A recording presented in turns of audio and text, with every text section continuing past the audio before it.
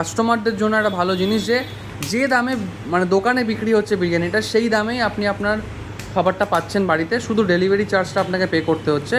But অন্য ক্ষেত্রে যে অনলাইন প্ল্যাটফর্মগুলো আছে, সেক্ষেত্রে যদি আপনি অর্ডার করেন তাহলে আপনাকে 120 টাকার বিরিয়ানিটা 170 টাকা দিয়ে কিনে খেতে হচ্ছে। মানে কত টাকার ডিফারেন্স পাবে?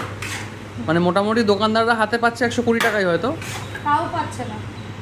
আচ্ছা তবে না হলে তাও পাচ্ছে না, তার মধ্যে অনেক কিছু চার্জেস অ্যাড হয়, প্লাস এটা মানে 170 টাকা তো লাগছেই, প্লাস আবার ডেলিভারি চার্জও পড়ছে কাস্টমারের দিকে থেকে। আচ্ছা আচ্ছা, এই র্যাপিডো পার্সেল ছাড়া আর কোনো উপায় আছে? উবের পার্সেল, পোর্টার, এগুলো থেকে পাঠানো যায়। আচ্ছা এই ওকে অ্যাপগুলো আছে। ওকে। তো এখন কি প্যাকিং হচ্ছে? এখন হচ্ছে 9টা চিকেন বিরিয়ানি প্যাকিং। আচ্ছা, আমাদের অর্ডার ছিল। তো বিকেল 4টের সময় দেখতে পাচ্ছ এখানে প্যাকিং চলছে বিরিয়ানি।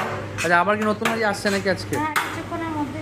এটা এত সুন্দর ওয়েদার দেখতে পাচ্ছ, আর এই ওয়েদারে তো বিরিয়ানি চলেই খুব ভালো। আর বিরিয়ানি হলে তো আর কোনো কথাই নেই।